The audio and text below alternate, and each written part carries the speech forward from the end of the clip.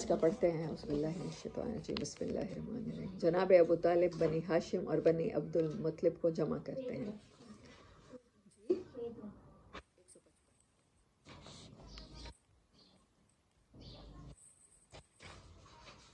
جناب ابو طالب کے اندیشے برقرار تھے۔ انہیں مشرکین کی طرف سے اپنے بھتیجے کے متعلق برابر خطرہ محسوس ہو رہا تھا۔ روز جو آپ کے خلاف نئی نئی سازشیں ہو رہی تھیں، وہ پچھلے واقعات پر برابر غور کر رہے تھے۔ مشرکین نے انہیں مقابلہ کی دھمکی دی تھی، پھر ان کے بھتیجے کو عمارہ بن ولید کے عوض حاصل کر کے قتل کرنے کی سودے بازی، وہ ہم نے پڑھا تھا نا، ان کو کہا تھا کہ ہم تمہیں اپنا دیتے ہیں، تم اس کو پالو پوسو اور اپنا بھتیجا ہمارے حوالے کر دو، ہم اسے قتل کرتے ہیں۔ ابو جہل ایک بھاری پتھر لے کر ان کے بھتیجے کا سر کچلنے کے لیے اٹھا تھا۔ عقبہ بن معیط نے چادر لپیٹ کر گلا گھونٹنے اور مار ڈالنے کی کوشش کی تھی۔ خطاب کا بیٹا تلوار لے کر ان کا کام تمام کرنے نکلا تھا۔ ایک باپ کو جیسے فکر ہوتی ہے اپنے بچے کی، ایسے ہی جناب ابو طالب کو آپ کی فکر ہوئی۔ ابو طالب ان تمام واقعات پر غور کرتے تو انہیں ایک سنگین خطرے کی بو محسوس ہوتی، جس سے ان کا دل کانپ اٹھتا۔ انہیں یقین ہو چکا تھا کہ مشرکین ان کا عہد توڑنے اور ان کے بھتیجے کو قتل کرنے کا تہیہ کر چکے ہیں۔ ایسے چچا بھی کوئی ہو، والد سے بھی زیادہ فکر ہے، اور ان حالات میں اگر خدا نہ خواستہ کوئی مشرک آپ پر ٹوٹ پڑا تو حمزہ یا عمر کوئی اور شخص کیا کام دے سکے گا؟ انہیں لگا کہ حمزہ اور عمر نہیں بچا سکیں گے۔ اگر ان لوگوں نے کوئی بڑی سازش کی، پورا عرب ایک طرف اور حمزہ اور عمر کیا بچائیں گے؟ چنانچہ جناب ابو طالب کے نزدیک یہ بات یقینی تھی کہ مشرکین اعلانیہ آپ کے قتل کا فیصلہ کر چکے تھے، اور ان کے اس فیصلے کی طرف اللہ تعالیٰ کے اس قول میں بھی اشارہ ہے، ابرموا امرا فإنا مبرمون۔ اگر انہوں نے ایک بات کا تہیہ کر رکھا ہے تو ہم بھی تہیہ کیے ہوئے ہیں۔ اب سوال یہ تھا کہ ان حالات میں جناب ابو طالب کو کیا کرنا چاہیے۔ انہوں نے جب یہ دیکھا کہ قریش ہر جانب سے ان کے بھتیجے کی مخالفت پر تل پڑے ہیں، تو انہوں نے اپنے جد اعلیٰ عبد مناف کے 2 صاحبزادوں ہاشم اور مطلب سے وجود میں آنے والے خاندانوں کو جمع کیا۔ اب انہوں نے کیا کیا؟ اپنی ہی فیملی کے بڑوں کو، جیسے پردادا ہوتا ہے نا، اپنے پردادے دادے کی اولاد، ان سب کو جمع کیا اور انہیں دعوت دی کہ اب تک وہ اپنے بھتیجے کی حفاظت اور حمایت کا کام تنہا انجام دیتے رہے ہیں، اب اس کو مل کر انجام دے۔ اب انہوں نے کہا ہوگا کہ مجھ اکیلے سے اب نہیں ہوتا، اب مخالفت بڑھتی جا رہی ہے، جیسے جیسے لوگ اسلام میں آ رہے ہیں، تو اب میں اکیلا نہیں کر سکتا، آپ سب بھی خاندان والے ہیں، آپ بھی محمد صلی اللہ علیہ وسلم کی حمایت کریں اور مدد کریں۔ جناب ابو طالب کی یہ بات عربی حمیت غیرت کے پیش نظر ان دونوں خاندانوں کے سارے مسلم اور کافر افراد سب نے قبول کی۔ اس ٹائم کے کافروں نے بھی قبول کی کہ خاندان تو ایک ہی ہے نا۔ البتہ صرف ایک بھائی ابو لہب ایک ایسا فرد تھا جس نے اسے منظور نہ کیا، اور سارے خاندان سے الگ ہو کر مشرکین قریش سے جا ملا اور ان کا ساتھ دیا۔ اس بدنصیب کے نصیب میں یہ نہیں تھا نا۔ صرف 4 ہفتے یا اس سے بھی کم مدت میں مشرکین کو 4 بڑے دھچکے لگ چکے تھے، یعنی حضرت حمزہ نے اسلام قبول کیا، پھر حضرت عمر مسلمان ہوئے، پھر محمد صلی اللہ علیہ وسلم نے ان کی پیشکش اور سودے بازی ٹھکرا دی، پھر قبیلہ بنی ہاشم اور بنی مطلب کے سارے مسلم اور کافر افراد نے ایک ہو کر نبی صلی اللہ علیہ وسلم کی حفاظت کا عہد و پیمان کیا۔ یعنی یہ صرف خاندان اکٹھا نہیں ہوا، آپس میں جیسے پرے پنچایت ہوتی ہے، اس کے بعد ایک فیصلے پہ پہنچتے ہیں، یہ فیصلے پہ پہنچے اور انہوں نے وعدے کیے کہ ہم حفاظت کریں گے۔ اس سے مشرکین چکرا گئے، اور انہیں چکرانا ہی چاہیے تھا، کیونکہ ان کی سمجھ میں آ گیا کہ اب انہوں نے اگر آپ کو قتل کیا تو آپ کی حفاظت میں مکہ کی وادی مشرکین کے خون سے لال ہو جائے گی۔ اب انہوں نے ایک اور راہ تجویز کی جو اب تک کی ان کی تمام ظالمانہ کارروائیوں سے زیادہ سنگین تھی۔ اس تجویز کے مطابق وادی موصب میں حیف بن کنانہ کے خفیف بن کنانہ کے اندر جمع ہوئے اور آپس میں بنی ہاشم اور بنی مطلب کے خلاف یہ عہد و پیمان کیا، نہ ان سے شادی بیاہ کریں گے، رشتے نہیں کریں گے، نہ خرید و فروخت کریں گے، نہ ان کے ساتھ اٹھیں بیٹھیں گے، نہ ان سے میل جول کریں گے، نہ ان کے گھروں میں جائیں گے، نہ ان سے بات چیت کریں گے، جب تک کہ وہ آپ کے قتل کے لیے ان کو حوالے نہ کر دیں۔ اللہ اکبر! مشرکین نے اس کا بائیکاٹ کی جو ایک نا معاہدہ بنایا تھا، اس کو لکھا تھا باقاعدہ،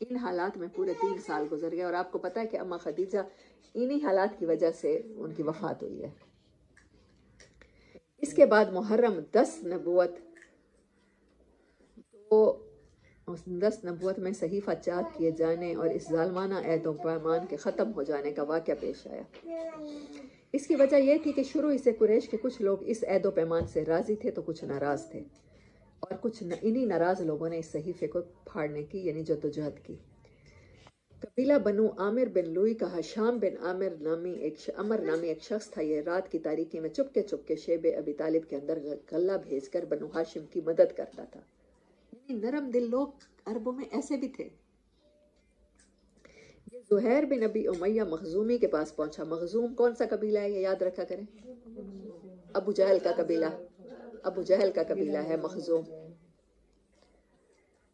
زہیر کی ماں عاتکہ عبد المطلب کی صاحبزادی یعنی ابو طالب کی بہن تھی۔ عاتکہ بن عبد المطلب یعنی آپ کی پھوپھی تھی، اور ان سے کہا زہیر کیا تمہیں یہ گوارا ہے کہ تم تو مزے سے کھاؤ پیو اور تمہارے ماموں کا وہ حال ہے جسے تم جانتے ہو؟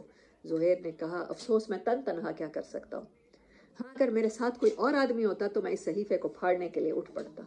اس نے کہا اچھا تو ایک آدمی اور موجود ہے۔ پوچھا کون؟ تو انہوں نے کہا میں۔ زہیر نے کہا اچھا تو اب تیسرا آدمی تلاش کرو۔ اس پر حشام متم بن عدی کے پاس گیا اور بنو ہاشم اور بنو مطلب سے جو عبد مناف کی اولاد تھے متم کے قریبی نسب کا ذکر کر کے اس سے ملامت کی کہ اس نے اس ظلم پر قریش کی ہم نوائی کیوں کر کی، کہ وہ تمہارے بھی تو رشتہ دار ہیں۔ یاد رہے کہ متم بھی عبد منافی کی نسل سے تھا۔ متم نے کہا افسوس میں تنہا کیا کر سکتا ہوں۔ حشام نے کہا ایک اور آدمی موجود ہے۔ متم نے پوچھا کون ہے؟ حشام نے کہا میں۔ متم نے کہا اچھا تیسرا آدمی تلاش کرو۔ حشام نے کہا میں یہ بھی کر چکا ہوں۔ پوچھا وہ کون ہے؟ کہا زہیر بن ابی امیہ۔ متم نے کہا اچھا تو اب چوتھا آدمی تلاش کرو۔ اس پر حشام بن عمر ابو البختری بن حشام کے پاس گیا اور اس سے بھی اس طرح گفتگو کی جیسے متم سے کی تھی۔ اس نے کہا بھلا کوئی اس کی تائید بھی کرنے والا ہے؟ حشام نے کہا ہاں۔ پوچھا کون؟ کہا زہیر بن ابی امیہ، متم بن عدی اور میں۔ اس نے کہا اچھا تو اب پانچواں آدمی ڈھونڈو۔ اس کے لیے حشام زمہ بن اسود بن عبد المطلب بن اسد کے پاس گئے، یعنی وہ اکیلے آدمی 4-5 لوگوں کے پاس گئے ہیں، اور اس سے گفتگو کرتے ہوئے بنو ہاشم کی قرابت اور ان کے حقوق یاد دلائے۔ اس نے کہا بھلا جس کام کے لیے مجھے بلا رہے ہو اس سے کوئی اور بھی اتفاق رکھتا ہے؟ پہلے انہیں نہیں بتایا کہ یہ بھی مان گئے ہیں، پہلی دفعہ جا کے گفتگو کی کہ یہ ظلم ہو رہا ہے، ہمارے سامنے ہو رہا ہے، اور اس ظلم کو ختم کرتے ہیں۔ حشام نے اسبات میں جواب دیا اور سب کے نام بتائے۔ اس کے بعد ان لوگوں نے ہجون کے پاس جمع ہو کر آپس میں عہد و پیمان کیا کہ صحیفہ چاک کرنا ہے۔ زہیر نے کہا ابتدا میں کروں گا، یعنی سب سے پہلے میں ہی زبان کھولوں گا۔ صبح ہوئی تو سب لوگ حسب معمول اپنی اپنی محفلوں میں پہنچے۔ زہیر بھی ایک جوڑا زیب تن کیے ہوئے پہنچے۔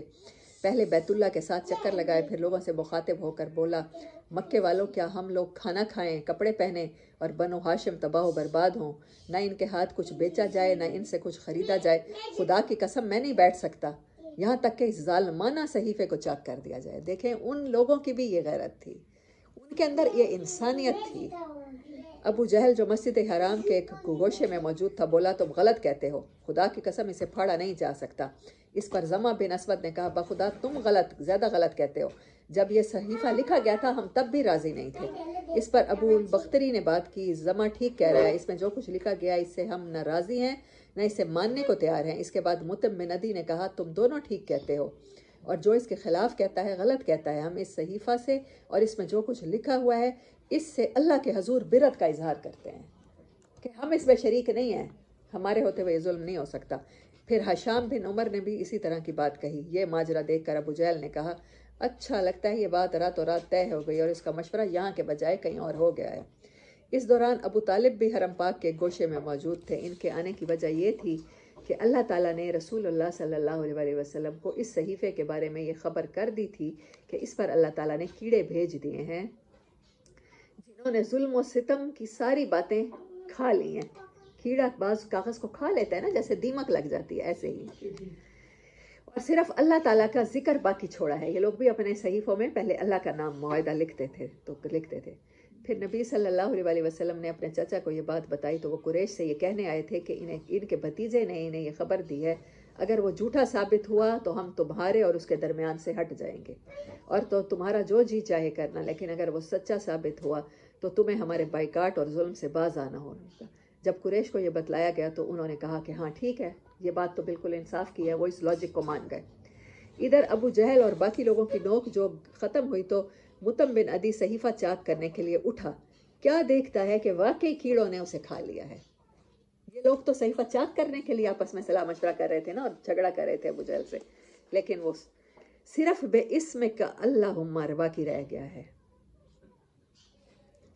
جہاں جہاں اللہ کا نام تھا وہ بچا ہے، کیڑوں نے اسے نہیں کھایا۔ اس کے بعد صحیفہ چاک ہو گیا۔ رسول اللہ صلی اللہ علیہ وسلم اور تمام لوگ شیب ابی طالب سے نکل آئے، اور مشرکین نے آپ کی نبوت کی ایک عظیم الشان نشانی دیکھی، لیکن ان کا رویہ وہی رہا جس کا ذکر اس آیت میں ہے۔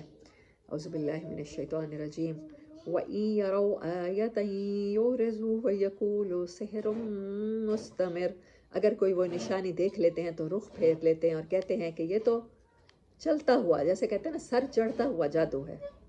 چنانچہ مشرکین نے اس نشانی سے بھی رخ پھیر لیا اور اپنے کفر کی راہ میں چند قدم اور آگے بڑھ گئے۔ اچھا، اب یہاں پہ رک کے